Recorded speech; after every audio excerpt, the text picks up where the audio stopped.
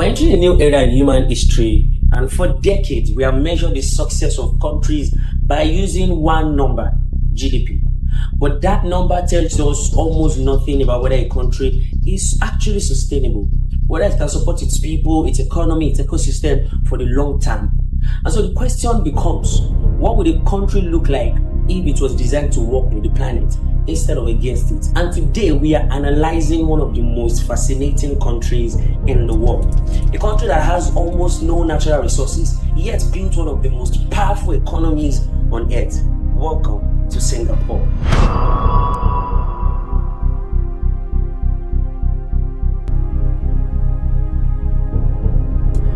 Singapore is a tiny highland nation with a population of about 6 million people.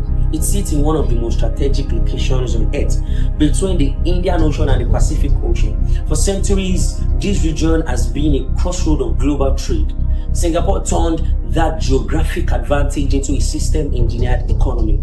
Today, the country runs one of the largest ports in the world, and it sits at the center of global shipping networks. On top of that, Singapore became one of the most important financial hubs on the planet alongside cities like London and New York City. Their major industries include global logistics, finance and banking, high-tech manufacturing, biotechnology, aviation and tourism. And the country's airport, Changi Airport, is consistently ranked as one of the most beautiful and best in the world. Changi Airport is like heaven. You need to visit Changi Airport. Singapore also produces high-value technologies like semiconductors, pharmaceuticals, and aerospace components. And so despite having very limited land and almost no natural resources, Singapore built a highly advanced economy. But economic success raises a deeper question. Singapore imports most of its resources, almost all of its food, and most of its energy. That means the country depends heavily on global supply chains, which lead us to a critical idea. Efficiency alone does not guarantee sustainability. And so to truly understand a country's sustainability, we need a different framework. And for this analysis, I'm going to be using the C framework. Remember, the sufficiency, effectiveness, and efficiency framework. And so this three idea helps us to understand whether a system can operate within planetary limits. And starting from the top, sufficiency asks a simple question: are we using only what we actually need? Singapore performed well in some areas. The city is dense and compact, and so that reduces transportation emissions. Public transport is excellent, and the country has built advanced water recycling system that reuses wastewater for drinking and industry. Singapore also has a high level of consumption and depends heavily on imported material. And so when it comes to sufficiency, they have about 6 out of 10, and that is really good. Effectiveness measures whether policies achieve their goals, and this is where Singapore shines bright. Urban planning in the country is extremely coordinated. Environmental regulations are very strong. The government invests heavily in green infrastructure and environmental technology. And Singapore has also developed one of the world's most advanced water systems, allowing the country to recycle and reuse large amounts of water. And so on effectiveness, they're about 8 over 10. And on efficiency, we're asking a simple question: how can this economy produce value from the resources that it uses? And Singapore is one of the most efficient economies in the world.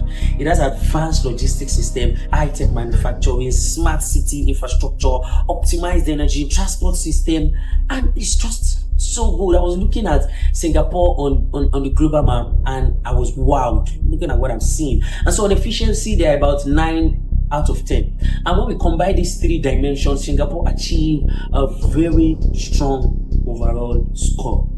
But systems don't run themselves.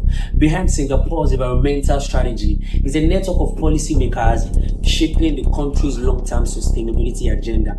And one of the key figures is Grace Fu, Singapore's Minister for Sustainability and the Environment, who oversees policies on climate resilience, waste management, food security, systems under the country's green plan. And so, if Singapore wants to become one of the most sustainable economies in the world, several opportunities stands out. Singapore is extremely efficient, but it still relies heavily on global resource flow, which means that the next stage of development is not just efficiency.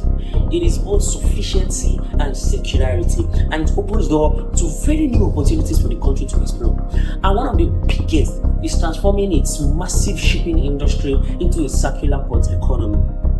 Because Singapore already sits at the center of global logistics. It is surrounded by what is an island state. It could become the world's leading hub for material recovery, ship recycling, and circular trade networks. Another opportunity lies in their food system. Today, Singapore imports around 90% of its food, but new technologies like vertical farming, aquaponics, algae production could dramatically increase local food production while reducing environmental impact. In fact, it could develop a large urban mining industry, and instead of sending construction material to waste, buildings could become future material banks, allowing steel, aluminium, and other materials to be recovered and reused. Finally, Singapore is uniquely positioned to become a global center for climate finance because it is financially stable. And with a strong financial sector, the country could lead market for green bonds, carbon trading, and biodiversity investment. If Singapore pursues these opportunities, the next 20 years could unfold in 3 stages for them. The first stage focused on building the foundation of the circular economy. This means expanding renewable energy, scaling urban farming, and improving material recovery system. This second stage will transform Singapore into a global hub for climate innovation with new industries in ocean technology, circular manufacturing, and environmental finance. And by the final stage, Singapore could become something truly remarkable, a regenerative city-state, the first of its kind. A place where buildings generate energy, materials circulate continuously, ecosystem are restored, and economic growth no longer depends on extracting more resources from the planet. Singapore has already proven something extraordinary. A small country with almost no natural resource can still build a powerful and sophisticated economy. But the next challenge facing Singapore and every country is even bigger. How do we design economies that work within the limits of the earth? And that is why the sufficiency, efficiency, and effectiveness framework really start to matter. Because the future of prosperity will not be defined by how much we extract, but by how intelligently we design our systems. And Singapore might just be one of the best places in the world to prove that it's possible. And I would really love to visit Singapore and see this in place.